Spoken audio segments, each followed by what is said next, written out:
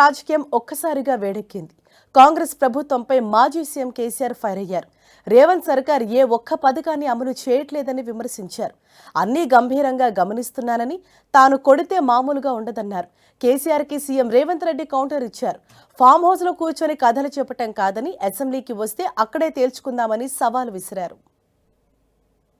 సంసారం జరుగుతుంది, తువ్వకచ్చినం, రైతులు ఇంత ముఖం తెలివైతుంది, బాకీలు కట్టుకుంటుండ్రి. ఎంతోమంది పాపం సిటీలు వేసుకుందరు, ఏదో వేసుకుందరు.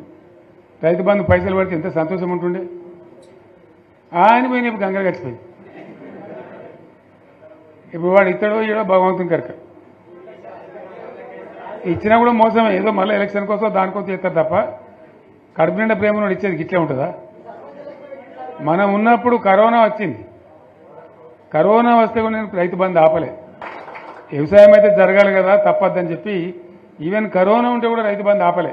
ఇవాళ రైతు రుణమాఫీ చేయలేదంటున్నాడు. నేను సూటిగా సవాలు విసురుతున్న చంద్రశేఖరరావు గారికి వేదిక మీద నుంచి, ఫామ్ హౌస్లో ఉండి వచ్చిన వాళ్ళకి జోలి చెప్పుడు కాదు, అసెంబ్లీకి రా, లెక్కలు చెప్తా.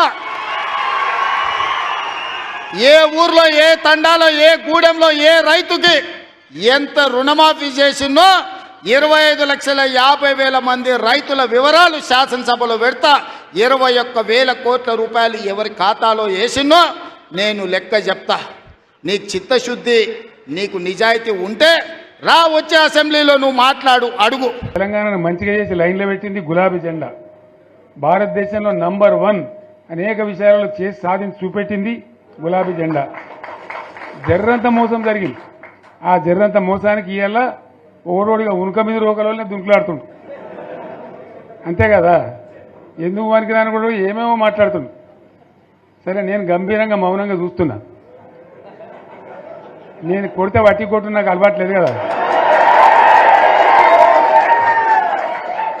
నేను వెళ్ళినా అంటే మళ్ళీ భూకంపం పుట్టాలి. ఇక చూద్దాం ఎక్కడి దాకా చేస్తారో, వీళ్ళ కథ ఏందో చూద్దాము.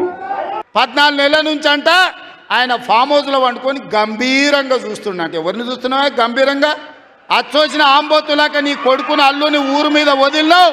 మైసమ్మ మన ఏంది జాంగీర్పీర్ల దర్గాకు వదిలిన మేకపోతులాక ఊరు మీద పడి మేస్తా ఉన్నారు నీ కొడుకు, నీ అల్లుడు. కొడితేనంట బలంగా కొడతాడంట.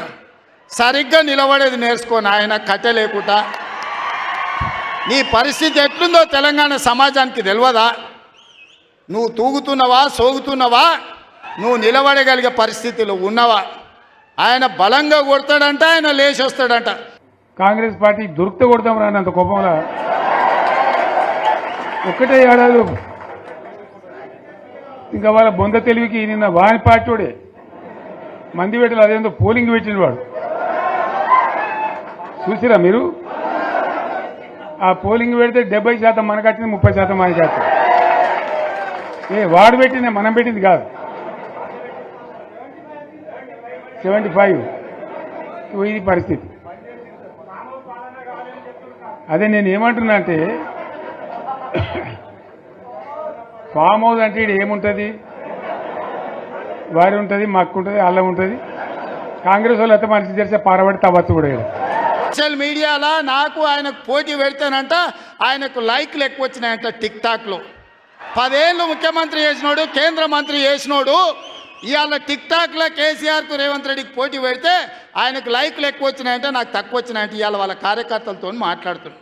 నేను అడగదలుచుకున్నా, ఆ మధ్యలో బాలీవుడ్లో కూడా సల్మాన్ ఖాన్కు, రాఖీ సావంత్కు కూడా టిక్ టాక్లో పెడితే రాఖీ సావంత్కి ఎక్కువ లైకులు వచ్చినాయి. అంత మాత్రాన ఆమె సల్మాన్ ఖాన్ కంటే గొప్ప నటుడు, నటురాలు అనేవారని అనుకుంటారా?